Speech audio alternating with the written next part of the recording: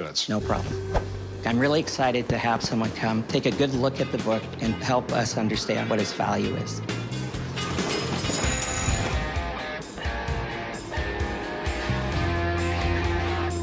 Hey, how's it going? Hey, good. How are you? Oh, pretty good. What do we got here? I have a rare first impression, first edition copy of the classic novel Anne of Green Gables. Okay. Pretty impressive. Where'd you get it? I bought it from a estate auction, actually.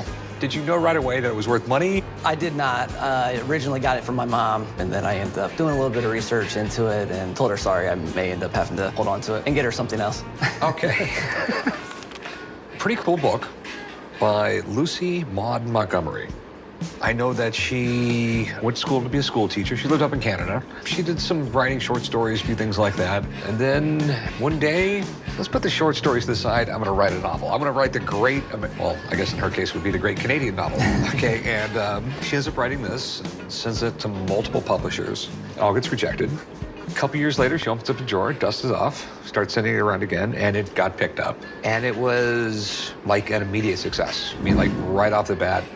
It's all about a orphan girl growing up in Canada and her adventures and misadventures and the such. I know this is a very collectible book. The only reason I know about the book is because Mark Twain wrote about the book. He said it was the best children's novel since Alice in Wonderland. So, how much do you want for this? I'm asking $18,000. Okay. No idea if that's a good price or not. For a modern book, it's in kind of bad shape. 1908 is kind of modern when it comes to books. But you have something here that could be really special. And you tell me it's a first impression of a first edition. I don't know myself. Sure. So let me give a friend of mine a call. I'll have her come down. She'll take a look at this, and I'll get her opinion. That's great. All right, Thank give me you. a few minutes. Appreciate it. Fairly confident that the expert will value the book close to my asking price. I feel confident in my number. I have a guy in the shop with a 1652 book on alchemy. This guy wants $23,000. So I'm calling in Rebecca so she can check it out. Here it is, The Philosopher's Stone. Yes, all right. I know this book. This has sort of a fraught history. Up until about 1500, alchemical works, even though the printing press had been around for 50 years, were not printed because the idea was there was only a small circle that kind of kept this among themselves, and they didn't want the public to know. And it was very important influence on later scientists.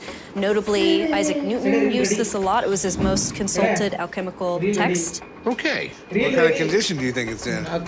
Let's see. Okay, because one of the things about this book is that it's really hard to find complete. It has the folding plate, which most copies don't have.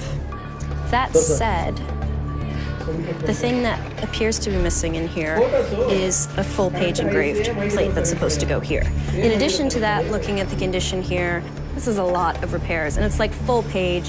Like, it's really hard to tell here, too, like, if this entire piece here was missing. So what do you think it's worth? It's not a book that comes up that often. I've known a complete copy that's beautiful without all these repairs that's sold for over $30,000. But copies that are incomplete without that folding plate, $10,000 or less.